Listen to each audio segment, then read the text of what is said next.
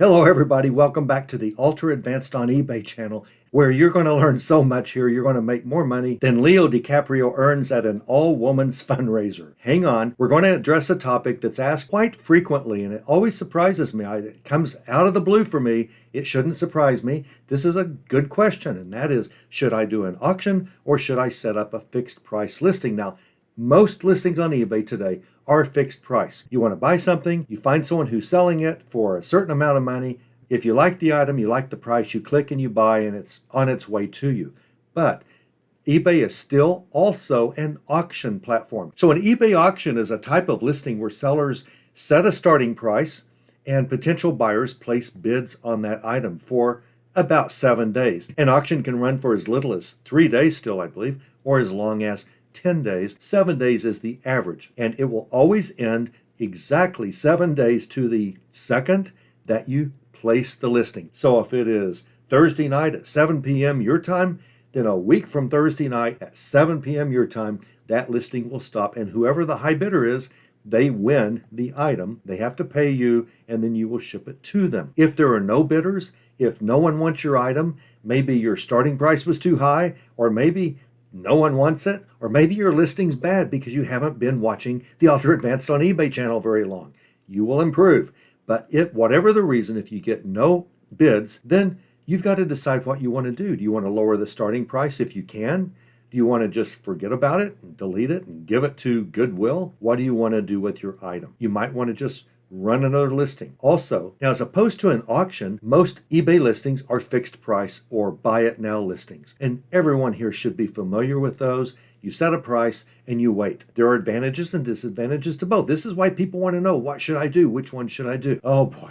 While eBay auctions have their benefits, they come with some disadvantages. While buy it now listings have their benefits, they come with some disadvantages. So, with one of the main advantages of auctions is they create a sense of excitement and competition among the buyers, and this can lead to higher selling prices for you, the seller. And additionally, auctions allow sellers to potentially sell rare and unique items at higher values as buyers are willing to bid up, get into a bidding war, hopefully, and start bidding up the price. You will find on certain items that you list in an auction, if they're in demand, the last few minutes of that auction, that thing will skyrocket. Sometimes, hopefully every time, but sometimes that will happen. It's because bidders want to wait till the last second and place a bid at the last second. There's even software out there that you can subscribe to and pay for to place bids in the last 7 seconds of an auction listing, and hopefully, and you put the maximum you're willing to pay, and that auction software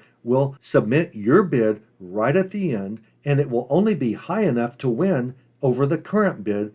Unless the current bid is just too high and you're not even close to that, when you're under that, then it won't place your bid. There's nothing to bid against. You've lost. This implies, assuming your item sells, that auctions will sell faster than buy it nows on the average, in that every 7 days your item is done. Okay, if it gets a bid, and hopefully it will get at least one bid, every 7 days that you list an item, a sell happens.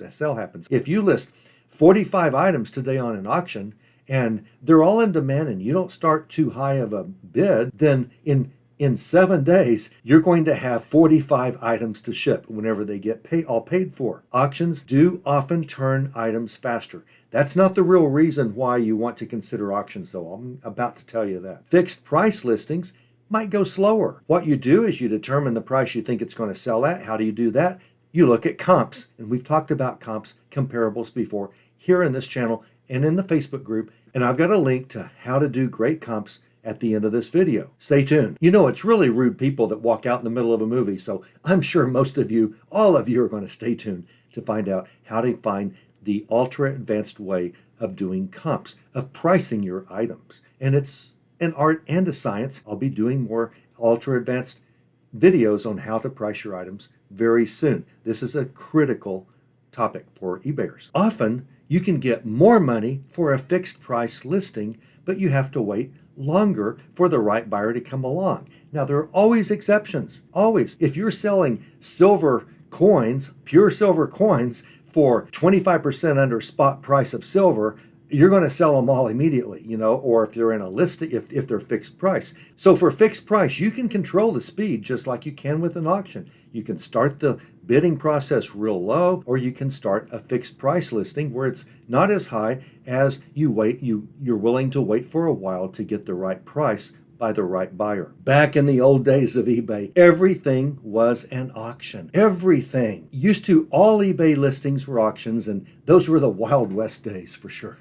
So much fun, so few rules, and everything basically sold in 7 days. If you didn't get a bid, you'll relist it, maybe at a lower starting price, and just see what happens. Maybe fix a picture or two, but it's not like you had a lot of pictures available at the time. I think we had 5 pictures available, or 4 or 6 or something. I don't even remember. But I remember when eBay finally added fixed price listings, buy it now listings as an option for us eBay sellers to sell items under as a fixed price listing. Many of us eBay old timers, and that means we've only been around on eBay like at the time for 10 years or so or less. I remember eBay, why are you ruining eBay? Why are you ruining eBay by offering fixed price listings? You're an auction company. Well, eBay's pretty smart. eBay knows that your buyer doesn't want to wait 7 days to win a tube of toothpaste that she needs for her family. Many items work far better in a fixed price listing. You know this.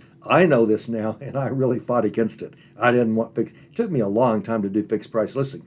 I had the very tail end of a rare book collection back then, and I recall when they went to fixed price, oh man, I would never try to guess what these books are worth, which is kind of a hint of things to come in this video. I would never try to guess what these books are worth. If the entire world bids on a book, on a rare book for 7 full days, what it ends up selling for is probably what it's worth. Now that was often true. I don't think it's so often true these days. I think a lot of people just refuse to bid on an item. They just refuse to do an auction. They only want to look at buy it now. So they want it, even if it's a rare book or something, they want it now. And there are lots of places other than eBay they can buy one. abebooks.com, that's a rare book. There are a lot of places, even Amazon. You can buy used books on Amazon. So there's so much competition. People don't want to wait around for auctions for a lot of things. I remember I loved the auction days. I think you would have too. But here's kind of what it was like, okay? Kids, sit down. You're not going to believe it. Back in these old days, someone would win the auction and you would email. There wasn't even eBay message system. eBay would actually give you their email. eBay doesn't do that anymore. eBay will share a phone number with the buyer and seller after a listing completes, but eBay will not give you their email because eBay doesn't want you emailing and selling their buyer. Even though it's your buyer, eBay, it's their customer as far as eBay's concerned, and eBay doesn't want you going behind their back with email. I can understand that, but back in the old days, we got their email, and you would send them an email with how much they owed you and how much shipping was, and then you would wait because they would mail a check to you through the post office mail, which means payments are getting paid. It seems slower than your first week in jail. I mean, I wouldn't know myself, but I hear your first week in prison's pretty slow. And then you'd have to wait for the check to clear. So you'd get the check. You're not even done yet. It's like, I can't mail the item yet. What if this check is bad? So you deposit the check and then you wait and wait and wait. And back then, checks took a long time to clear. It was like 10 days to clear some checks. You wait and wait and wait and wait. And 10 days later, the check clears or it doesn't, in which case you just relist it and cancel the sale. But in the old days, once a check clears, you would then wrap it, pack it, ship the item out, take it to your post office, and wait in line for them to put postage on it. I mean, these were the Old West days. So if the entire world bids on one of your items that you're selling for 7 full days, and the entire world is literally able to bid on your items that you list in auction format, then won't every single thing sell for what it's worth? No, we've already talked about the toothpaste. No one wants to wait 7 days for toothpaste. No one's going to bid up toothpaste in a 7-day listing, unless it's some rare, Dr. whatever toothpaste from the 1800s and there's still a brand new tube somewhere that hasn't been opened. But that leads us to the reason you still want to do auctions. In my not so humble opinion, you want to do an auction when you're not really sure of the final selling price. If something you just can't find great comps. Now, let's say that you have an old sports jersey from the 1972 Miami Dolphins where they went undefeated, the only team to ever go undefeated in the history of the NFL. If you have an original jersey from the 1972 Miami Dolphins worn by Bob Greasy or Larry Zonka, then you've got some money and you won't find any comps. There's not going to be another one for sale right now, and you might have the only one ever. You might have the only one that's ever been sold.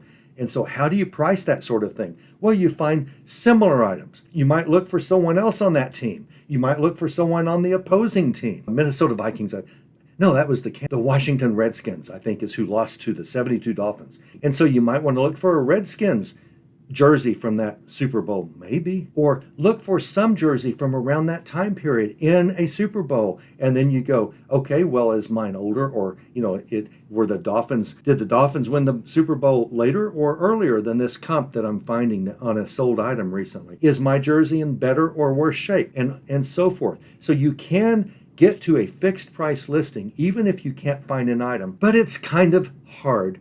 And an item like that, you want to generate some excitement. You want people to have FOMO, fear of missing out. They're going to lose this if they don't bid this thing up. And in the last few seconds, you're going to see something like Bob Greasy 1972 Miami Dolphins football jersey in the last few seconds of that. It's just going to skyrocket.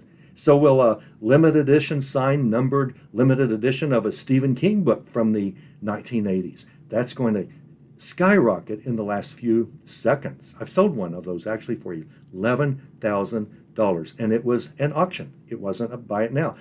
It was a one-of-a-kind fixed price. This was back about 10 years ago, and there just weren't any comps like it. I couldn't compare it to anything. This is why you want to do auctions. When you have sort of a one-of-a-kind, even if there are several others out there, sort of hardly anyone has sold this in a long time, nothing is exactly like it, you can't really do comps well. And if you do comps, maybe none have, let's say that you have a 72 Dolphins jersey and it sold for $1,000 a year ago. They might be hotter now. The Dolphins might actually be winning again. I don't think they are, but they might be. What if they are? That jersey is going to be a lot more money. What if they're not winning? What if they're still kind of losers as they've been the last few years? And I used to be a Miami Doll fan back in the day. I loved the Miami Dolphins, but now there's nothing to really love. So if you have one of those 72 jerseys now and they're not doing so well, you probably won't make as much as it sold for 6 months ago. You may have to price it lower in a fixed price listing. But at the same time, collectors want that type of jersey. So what do? You might want to put it in an auction. And we're going to talk about auction strategies on this channel, just not this video, because some of you have told me I talk too much, so I'm not going to go into everything here. But we're going to do an auction strategy, the way that you list, when you list, what you start the bidding price at, how you do ultra advanced on eBay listings that are auctions. I've got everything you need to know. I will let you know. In the meantime, unless you have a one-of-a-kind type of item, which might mean there were 20,000 made back 50 years ago, but there sure aren't many right now, and there are even fewer for sale right now, and your condition might be better or worse than anything for sale right now, what do? Consider listing it in an auction. Consider listing it in a 7-day auction, and maybe the whole world's going to bid that thing up far higher than you would have sold it for as a fixed price listing. Always do fixed price listings whenever it's not a real one-of-a-kind collectible item. I sell collectible items a lot, and I don't think I've done an auction in over a year, because you can always find pretty good comps for most older collectible things. It's the few that you can't find comps on that you probably want to do an auction and just see how it goes, and you might make a lot more money. You might not, but that's the risk we take as resellers. But generally, that's what auctions are for. Everything else, you're selling tubes of Colgate toothpaste, you better sell it in a fixed price listing, because you're not going to sell it otherwise.